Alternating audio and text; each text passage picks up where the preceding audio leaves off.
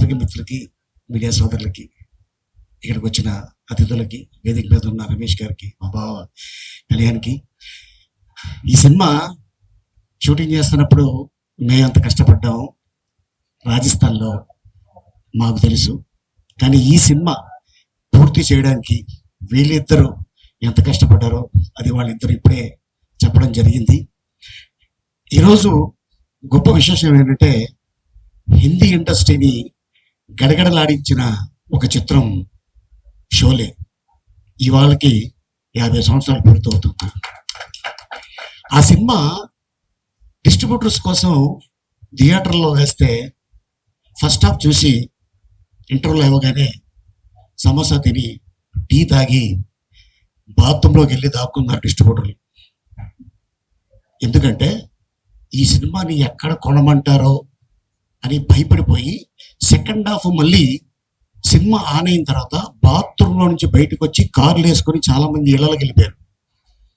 అప్పుడు రమేష్ సిప్పి గారు, జీపీ సిప్పి గారు ఇద్దరు అనుకొని, ఇది మనం అమ్మద్దు, మనమే పెట్టుకుందాం, మనమే రిలీజ్ చేద్దాం అన్నారు. స్టిల్ 50 సంవత్సరాలు కదా, అది 500 సంవత్సరాలు అయినా కూడా షోలే అనే పదం కానీ, గబ్బర్ సింగ్ అనే పదం కానీ, సాంబా అనే పదం కానీ, అలాగే బసంతి అనే పదం కానీ, వీరు కానీ, జయ కానీ డైలాగులు ఏం వాడినా కూడా వాళ్ళకి రాయల్టీ కట్టాల్సిందే. అట్లాంటి ఆ సినిమా ఎలా ఆడిందంటే మీ అందరికి తెలుసు. ఒకే థియేటర్లో ముంబైలో 25 సంవత్సరాలు ఆడింది. ఆ తర్వాత డిడిడిఎల్ ఆడింది, దిల్వాలే దునియా లే జాయేంగే షారుఖ్ ఖాన్. తర్వాత ఈ కలేజా సినిమా టీవీలో నా ఇద్దరు పిల్లలు ఒక 100 సార్లు చూసి ఉంటారు. ఈ సినిమా 100 సార్లు. ఈ సినిమా వస్తుంటే ఇంకా వేరే ఛానల్ మార్చరు, ఇదే చూస్తూనే ఉంటారు. వీళ్ళు నవ్వుకొని ఎందుకంటే దీంట్లో ఉన్న అద్భుతమైన ఒక సీన్స్ ఈరోజు కూడా చాలా మంది ఎక్కడన్నా వెళ్తుంటే చాలా మంది జెంట్స్ కాదు, లేడీసే, సరే ముళ్ళకాయ ఇంట్లో ఉందా, ఉందమ్మా, బాగానే ఉంది అది.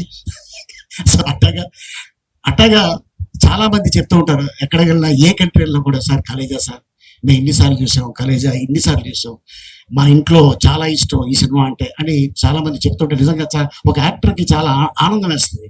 త్రిక్కం శ్రీనివాస్ గారు వారు రాసిన ఆ టైము, అలాగే మహేష్ గారు ఇక ఆ టైమింగ్ మీ అందరికి తెలుసు.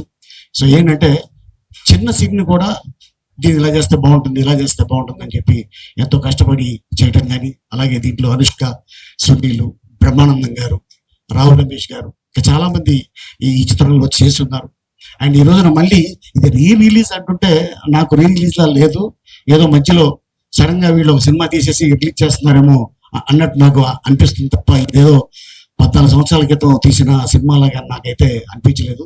సో డెఫినెట్ గా చాలా మంది ఇంతగా బాగా చెప్పినట్టు ఎవరైతే ఉన్నారో ఈ సినిమా రేపు 30 తారీఖు థియేటర్లో చూసి చాలా ఆనందపడతారు. కానీ అమెరికాలో కూడా ఇన్ని థియేటర్లో, ఇన్ని స్టేట్స్లో రిలీజ్ అవుతుందంటే నిజంగా చాలా ఆశ్చర్యంగా ఉంది. అండ్ అలాగే రేపు 30 తారీఖు సుదర్శన్లో, సంధ్యాలో 9 థియేటర్స్గా ఇది రిలీజ్ కాబోతుంది. అండ్ డెఫినెట్గా ఈ సినిమా మళ్ళీ మీరందరూ ఎంజాయ్ చేస్తారని ఆనందిస్తున్నాను. And thank you so much ఇంత అద్భుతమైన అవకాశం ఇచ్చినందుకు.